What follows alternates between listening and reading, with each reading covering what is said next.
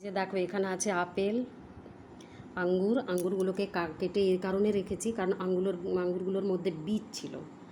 খাওয়ার সময় দেখলাম যে বীজ আছে, তাই এগুলো কেটে কেটে রাখলাম। সন্দেশ আছে, আম আছে, আচ্ছা নকুলদানা আছে, শশা আছে, মৌসম্বি আছে, এখানে ছোলা ভিজিয়ে রেখেছিলাম, এটা আছে। আর এই যে সাবুর মধ্যে কলা আছে, লিচু, বাতাসা।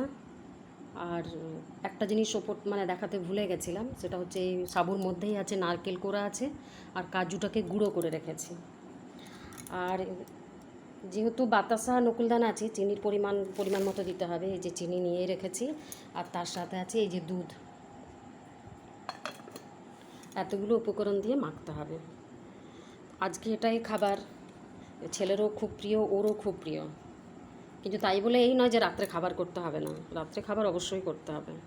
এইগুলো হলেও রাত্রে খাবার চাই। চলো আজকের এটাই খাবার। যদি কোনো কিছু এর মধ্যে মিস্টেক হয়ে থাকে বন্ধুরা জানাবে, ঠিক আছে?